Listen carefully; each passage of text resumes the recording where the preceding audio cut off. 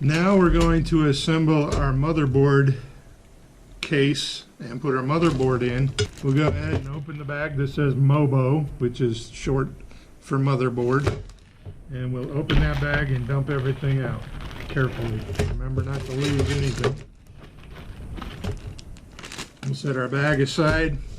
We have a frame piece. We have our motherboard in an anti-static bag, just like our other motherboard for our LCD screen was. Now your bag might be smaller or bigger. It's just the only ones I had. Then we have our other frame half. Excuse me. And then we're going to dump out our screws and fan assembly carefully so we don't lose parts. Set that aside. Just like with our other screws, we want to separate those by size and number. So I'll put these screws over here kind of off to the side. We have some longer ones. We have some really tiny ones.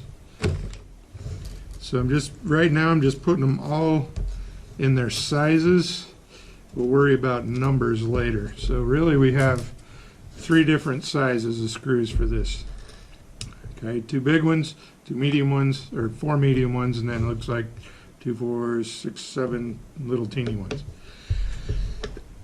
So we're going to, again, carefully take our motherboard assembly out of the bag. Try to grab it by the edges of the board, not by the electronics. Grab by the edges. Anywhere along the edges is usually fine, but we don't want to grab over the electronics, because the static electricity that we carry around inside us will fry electrical components. So we're going to put this together on top of the static board. So I'm going to take this part of the frame that has the sticker information on it, and I'm going to lay that right on top of the static guard. Then I need to orient my board so that it'll fit over these 4 lugs with the 4 holes in the motherboard. So gently and carefully. Now we have some card slots in the front of our board. We're going to put our electronics facing up, and we're going to line up the 2 holes in our case right here with the card slot and the power slot, and then we'll just set that down on those lugs. Now we're going to need 4 of our smallest screws, and somewhere, I think I have that on my screwdriver. Let's see if they work. Yep. I'm going to just put that on the end. I kind of put it on the end of the screwdriver or the Allen wrench, and that just helps me hold it since they're so small, and I'll just lightly get that started. Now if I was using an Allen wrench, which you guys will be doing, it appears I've lost my Allen wrenches, so I guess you'll just do the same thing.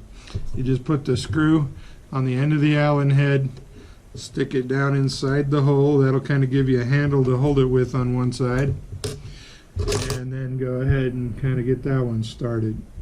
Now you may have to adjust the board left or right slightly till the screw drops in where it needs to go. I'm going to do that for all 4 screws.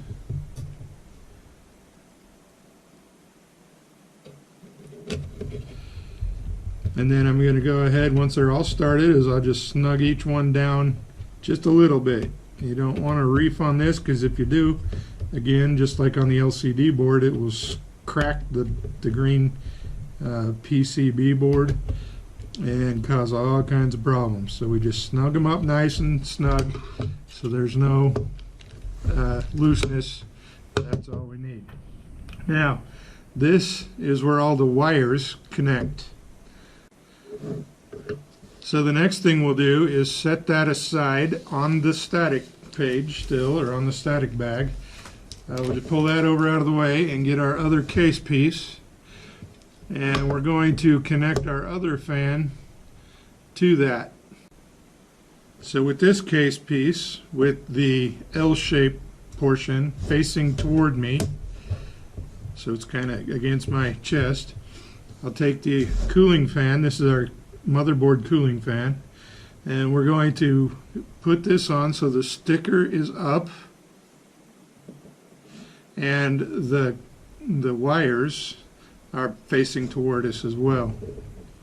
That way, when we put it together on this half of the case, our wire can plug into the right location, and we'll show you that in a minute. So we're going to take our 4 longer screws now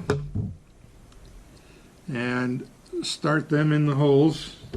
Actually, we just have 2 on this one, but I know we have the 2. So we'll get that started on this side, then another one up in this corner.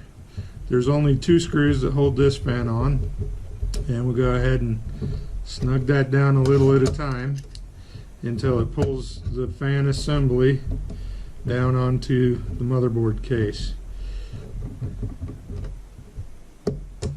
We'll go back and forth between both till they snug down good.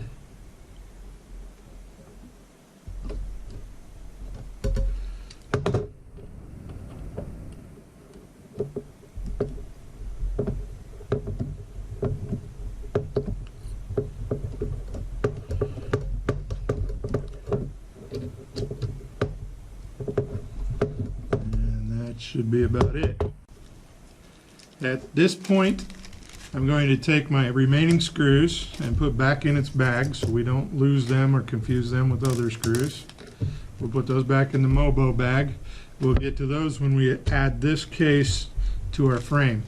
But before we do that, we're going to set that all aside, just like we did with the head, the heated end. And I'm just going to slide that all back in the motherboard bag temporarily and seal it up so we don't lose anything, and set it off to the side.